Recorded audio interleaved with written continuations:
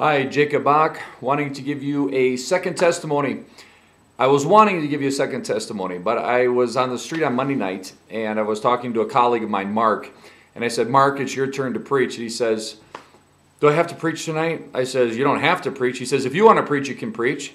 I says, well, I could preach, but I don't really want to preach. And there we were going back and forth because we had already been an hour on the street. And I was so wanting just a great testimony, and I said, you know what? After our night of evangelism, I said, I don't think I'm going to be recording this one. And then all of a sudden it came to me, I go, well, why not? Why not record one of the nights that weren't so spectacular? Because, you know, not every night we're on the street is spectacular. So we got out on Monday night, and it just seemed like it was out of tune. I mean, we would preach, we did some songs, but there was so much noise. None of the holy hush, none of that beautiful presence of the Lord where it just comes down and people are magnetized and stuck to the floor, and everything was so forced. And then we had a heckler, which we rarely ever get hecklers, and he was just ranting and raving and calling us liars and idiots and that we're wasting our time. And then he started getting involved with all our soul winners and discouraging them. And we got to the very end, and neither of us wanted to preach, and I said, no, let's just quit.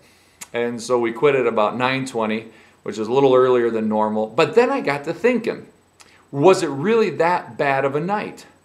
I mean, for one, Jesus says, go out into all the world and I will be with you. So he was with us. For two, we did preach a couple of times. People did stop. People did listen. Our soul winners did talk to them. I even saw a few people praying for the people on the street. We gave out hundreds of tracts. We gave out probably 50, 60 Gospels of Luke. I mean, it really wasn't that bad of a night. And the Father, Son, the Holy Spirit, and the angels, they were all there. They were all working hard too. So we didn't feel the goosebumps. So we didn't feel the glory come down. We love it when it happens.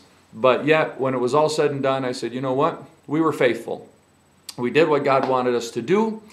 And even though we didn't physically see such great results, I feel really good in my heart because I know that the word doesn't return void. And I know that the word that we did preach, even though it seemed like it was a little out of tune, I know that it got to its destination, to the heart, and that the Holy Spirit is capable of taking that and running with it. So yeah, I talked about it. It's a testimony. It's a testimony just of the faithfulness of the team that was going to go out there. And even though every night's not a glorious night, every night's a great night because we're out there and we're obedient to the Lord. So encouragement to you all that are out winning souls and out doing evangelism and even doing church services or even attending a church service, even though it's just not totally glorious the way we want it, God's still there and He's still glorified.